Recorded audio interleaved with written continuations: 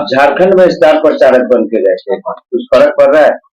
देखिए, झारखंड में इंडिया गठबंधन पूर्ण बहुमत में आ रहा है और वहाँ पूरा हेमंत सोरेन जी की सरकार बनेगी और जो वादे हम लोग ने किया था और खरा उतरने का काम सरकार ने किया है।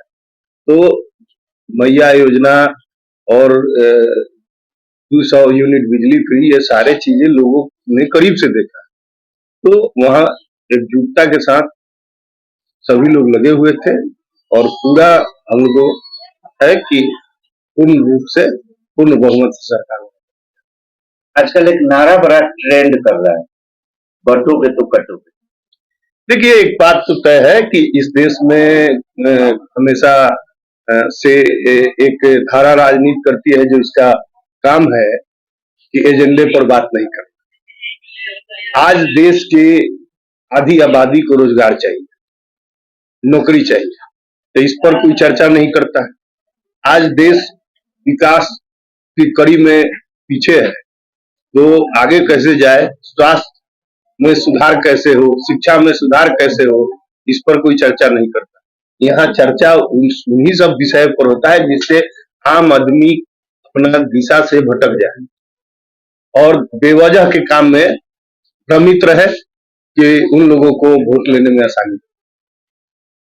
अगले वर्ष आपका भी चुनाव आ रहा है, मतलब बिहार विधानसभा के चुनाव हो, यहाँ क्या उम्मीद है?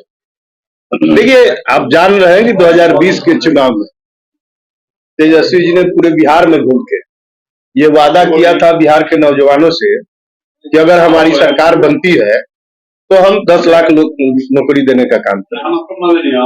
संजोग से जो हालात बना उसमें 5-6 सीट से हमारी सरकार नहीं बनी और 5-6 सीट पर सरकारी तंत्र का दुरुपयोग करके हम लोग को हराने का काम किया।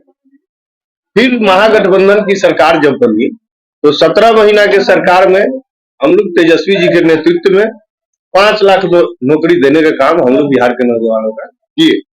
तो जो भी वादा हम लोग ने किया था तमाम विषय पर, उन सब पर हम लोग काम किए।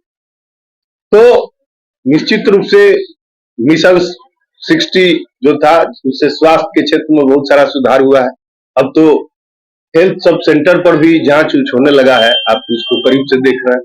तो ये सारा प्रयास तेजस्वी जी का था और छपरा जैसे जिले में 3 बाईपास, अमनौर में, परसा में और गरखा में, छपरा टाउन में, जोड़ीगंज से रिविलगंज जो जाम जो रहता है उसको निजात दिलाने के लिए 350 करोड़ रुपया, तो ये सारा काम उन्होंने किया है।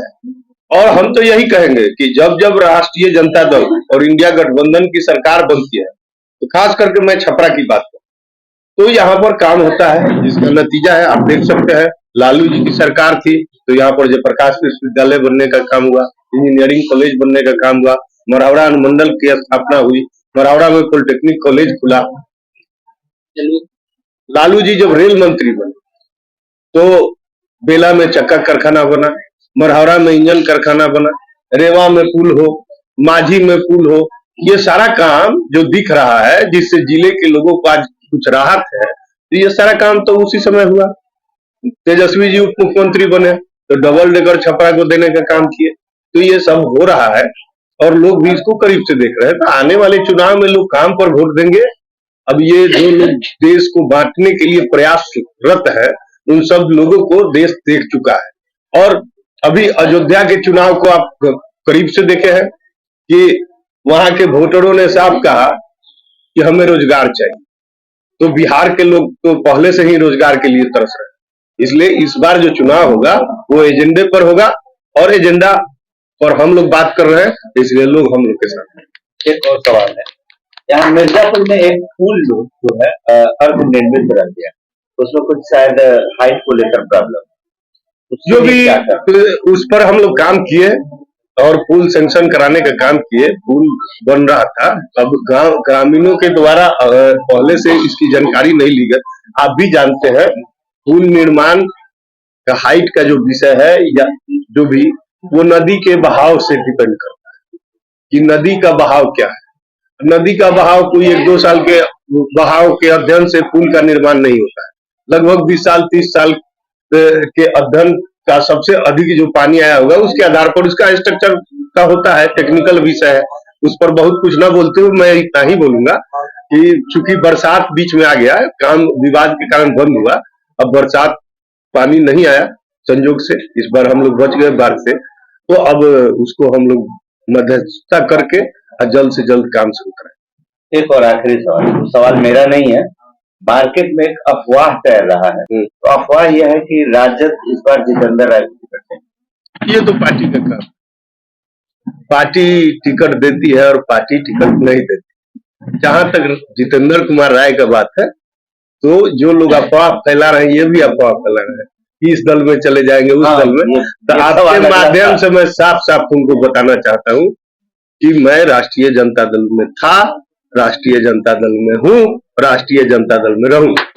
बिहार के 4 सीटों पे उपचुनाव हो रहे हैं और पहली बार जल सुराज अपना किस्मत आजमा रहे हैं। जल सुराज के बारे में क्या कहेंगे और उन चारों सीटों के बारे में? ये चारों सीट हम लोग जीत रहे हैं, और जहां तक आप किसी पार्टी की बात कर रहे हैं तो ऐसे दर्जनों पार्टी बिहार, और आपको याद होगा 2020 का चुनाव, एक पुष्पम प्रिया नाम की लड़की आई और कही कि बिहार का मुख्यमंत्री बने, और पूरे बिहार में डिजिटल प्रचार और ये वो बहुत सारा कुछ हुआ। तो उसी प्रकार का लोग आते रहते हैं, जाते रहते हैं, उसका प्रभाव राष्ट्रीय जनता दल पर पड़ना है।